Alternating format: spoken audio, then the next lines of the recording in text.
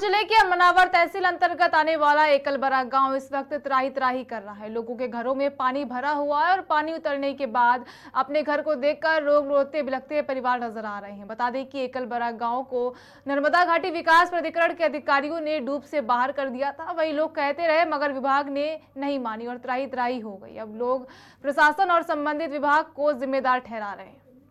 लोग टूट जाते हैं घर बनाने में, लेकिन वो मानते नहीं घर उजाड़ने में। यही किस्सा इस एकलवारा में साबित हो रहा है। जिस एकलवारा को डूब से बाहर किया था, आज उस एकलवारा की हालत देखकर लगता है कि यहाँ सब कुछ बर्बाद हो गया।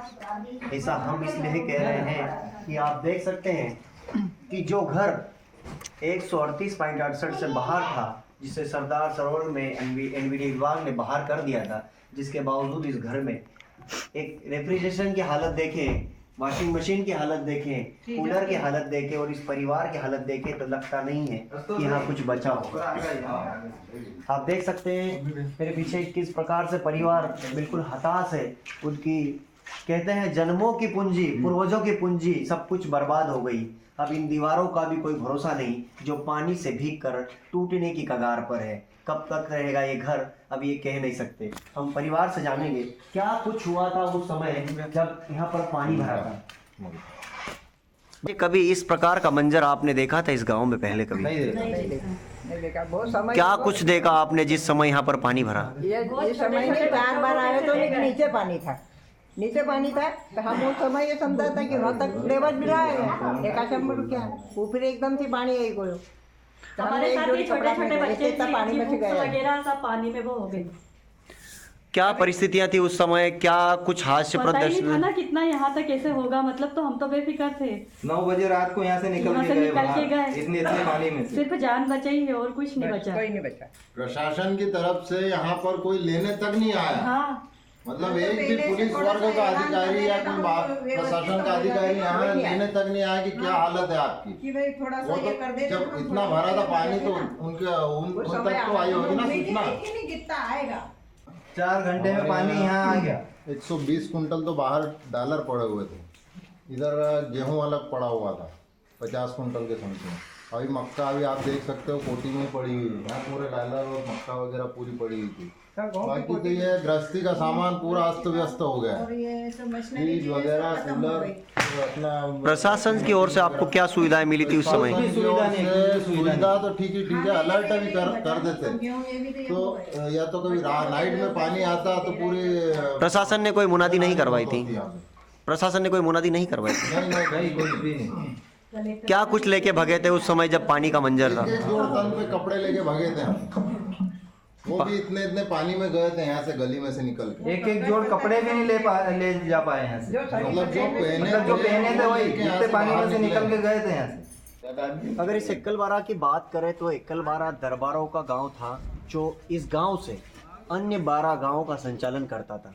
अगर कहते हैं कि एक राजा अपनी प्रजा की ध्यान रखता है, उसी प्रकार एकलवारा एक ऐसा गांव था जो और 12 गांव थे दरबारों के, उनकी पूरी ध्यान रखता था। मगर 17 सितंबर ने यहाँ पर हाहाकार मचा दिया, यहाँ पर त्रासदी पैदा कर दी। क्या कुछ हुआ था दादा यहाँ पर जब 17 सितंबर को पानी भरा था?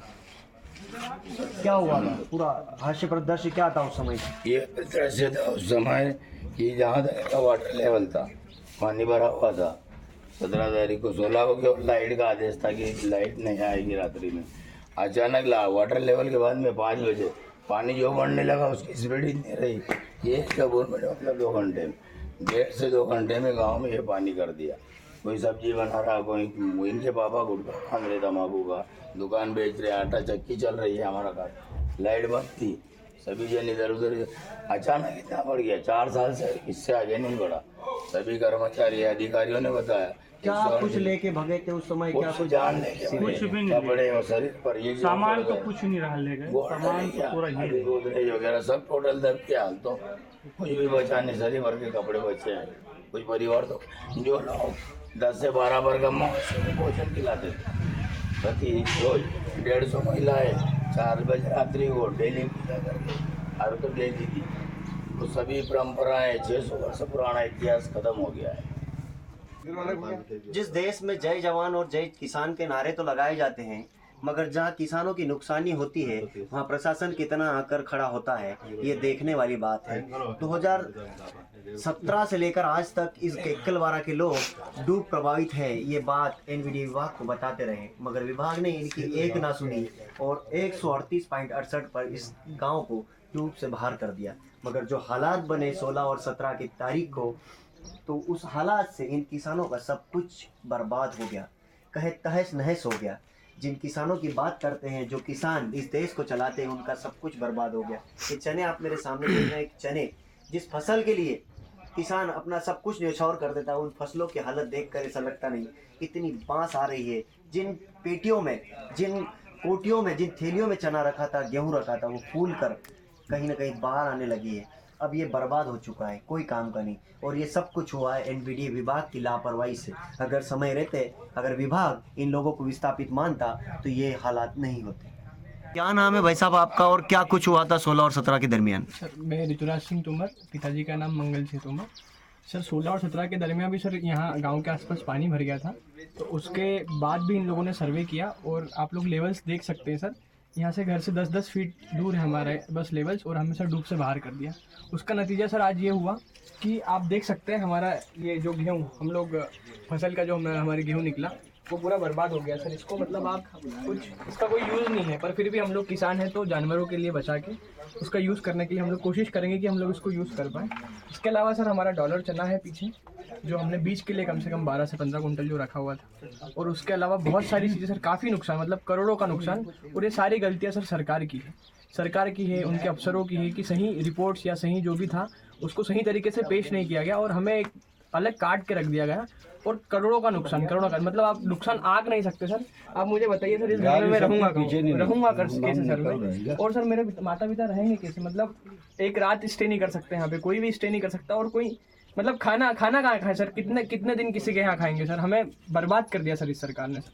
16-17 के दरमियान ये हुआ था कि प्रशासन की कोई टीम आई नहीं बताने, खबर नहीं किया कि पानी इतनी तेजी से चल रहा है। हमें लगा कि 138-68 के बाद 1 इंच भी नहीं चढ़ता है हर बार, तो इस बार भी नहीं चढ़ेगा। तो आप लोगों को तो डूब से बाहर किया था ना? हाँ, हम लोगों को 2017 के 2007 के बाद डूब से बाहर किया हुआ था। तो अब क्या मान रहे हो, ये डूब है या बाढ़ है? ये डूब है। 138.68 से ये पूरी गली यहाँ तक, ये दोनों रास्ते बंद हो जाते हैं। 6 इंच दूर हमारे घर से पानी है, उसके बाद भी हमको डूब से बाहर कर दिया गया। किसकी लापरवाही है इसमें? ये प्रशासन की और अधिकारियों की लापरवाही। 16 तारीख को जब नर्मदा जी में पानी बढ़ने लगा, तो किसी भी शासन या प्रशासन की तरफ से कोई सूचना नहीं दी गई थी कि पानी बढ़ने वाला है, और लोगों को पता भी नहीं था। जैसे ही लोग इस भ्रम में थे कि 138.68 मीटर जो पानी आता है उसी स्तर पर जल स्तर रहेगा, लेकिन जब उससे ऊपर बढ़ने लगा तब लोगों को दिखा कि यार पानी तो इससे ज़्यादा बढ़ रहा है। फिर मतलब इतनी तेज़ी से पानी बढ़ा और कोई भी सूचना नहीं दी गई, तो लोगों ने मतलब तत्काल जैसे भी अपने जो ज़रूरत की थोड़ी सी जो चीज़ें थी, खाना खाने के लिए थोड़ा सा आटा और थोड़े से कपड़े लेकर, जो तन पर जो कपड़े थे बस वही लेकर यहाँ से निकले हैं और लगातार पानी बढ़ते गया। कुछ मांगे हैं इस वक्त आपकी, और तत्कालीन क्या व्यवस्था चाहिए आपको? देखिए, अभी शासन ने राहत के लिए हमें अभी कोई भी व्यवस्था नहीं दी है हमारे गांव के लोगों को, ना ही हमें कोई ट्रांसपोर्टेशन की व्यवस्था दी है। अभी हमारी मेन मांग ये है कि हमारा जो अनाज रह गया है, यहाँ पर जो सामान रह गया है जिसे हम से इकट्ठा कर रहे हैं, उस अनाज और उस सामान को कम से कम हमारे किसी ठिकाने तक ले जाने के लिए हमें ट्रांसपोर्टेशन की व्यवस्था की जाए। और दूसरी, हमारे जो मवेशी, कई मवेशी तो मर गए हैं, कई गाय, कई बैल, ये जो मर चुके हैं, लेकिन जो बचे हुए हैं उन मवेशियों के लिए हमारे पास चारे की व्यवस्था नहीं है, जो प्रशासन अभी करवा नहीं रहा है। कल एक गाड़ी पहुंचाई थी जो एक मवेशी पर 5 किलो भी चारा वो नहीं पहुंचा पाए हैं। हमारी मांग है कि एक मवेशी पर कम से कम प्रतिदिन का 20 किलो चारा अगर हमारे यहाँ पर पहुंचेगा तो ये हमारे लिए बहुत राहत की बात होगी। और ऐसे गरीब लोग, ऐसे कुछ लोग हैं जिन्हें खाने की व्यवस्था नहीं है, उन्हें अगर फूड पैकेट्स पहुंचाए जाए शासन के द्वारा तो ये बहुत ही हमारे लिए राहत का काम होगा। और अभी तक मध्य प्रदेश के मुख्यमंत्री द्वारा इस पूरी घटना पर कोई भी एक छोटा सा भी एक उनका बयान नहीं आया है। इससे हमें पता चलता है कि वो हमारे प्रति कितने असंवेदनशील है और कितने वो हम लोगों को महत्व देते हैं, नर्मदा घाटी के लोगों को। एक आदमी की वजह से सुप्रीम कोर्ट के जजमेंट के अनुसार मतलब जो 141.5 मतलब पानी का मतलब बैक वाटर था, मतलब उसके आधार पे पूरे गांव का मतलब भूअर्जन किया है इन्होंने, मुआवजे दिए, क्या घर प्लाट दिए, और उसके बाद में पता नहीं इनको क्या हुआ ये नहीं बता पाते। उसके बाद में सीधा डायरेक्टर बोल दिया 3 मीटर हमने मतलब बैक वाटर कम कर दिया, 138.68 पॉइंट में मतलब पानी रहेगा, इससे आगे नहीं जाएगी, आप आपात्र है, आप रह सकते हो यहाँ पे, मतलब आपके मकान वगैरह कहीं 5-6 साल से अभी हम यहाँ रह रहे थे, मतलब देख रहे थे कि भाई पानी मतलब इससे ज़्यादा आगे नहीं जा रहा। जिस रोज डूबा ही परसों रोज, मतलब परसों 16 तारीख 17 तारीख 16 शाम को, हाँ 16 शाम 5:30 बजे तक हर व्यक्ति निश्चिंत था, कोई अपना खाना बना रहा है, कोई घर का काम कर रहा है, कोई अपना माल ला के भर रहा है, कर रहा है, कपाट हुआ। और 6 बजे बाद जो अचानक पानी बढ़ने लगा, मतलब तो एक 1.5 घंटा या 2 घंटे में पूरा पानी का लेवल वो आ गया, वो 141 में पूरा पानी, जो मतलब बैक वाटर है, मतलब सुप्रीम कोर्ट के अनुसार बैक वाटर वो यहाँ पे लिखा हुआ है, वो देखो आप ऊपर फोटो ले सकते हो आप, मतलब ट्रैक्टर के 141.5 का मतलब उसी लेवल पे पानी, उससे कम से कम मतलब आधा पौन फीट ऊपर आया पानी, सब हड़बड़ हुई मतलब। और उनका ये कहना पड़ा कि भाई मतलब हम अगर डैम के गेट खोल देंगे तो मतलब वो सवाल खड़ा हुआ है कि भाई ओंकारेश्वर डैम के 22 गेट खोले तो आप इधर नीचे गेट खोलें। उन्होंने बोला कि बोले मतलब नीचे गेट खोलेंगे तो ज़्यादा तबाही आ जाएगी, ऐसा होगा ये होगा क्या, और हम धीरे से पानी निकाल देंगे।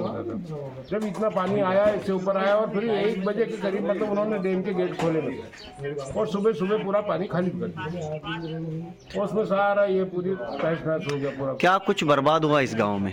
पूरा गांव बर्बाद, खत्म हो गया, कुछ भी नहीं हो, नेस्तनाबूद हो गया, सारा माल असवाब जो भी था सामान, जितना भी खेती का जो मतलब उपज थी वो भी सब, सारी सोयाबीन है, कपास है, दाल अरचन है, सब पूरे खाली, मतलब जनहानि नहीं हुई, बस पशुओं को बचा लिया। क्या नाम है दादा आप? मेरा नाम राजेश सिंह तोमर है।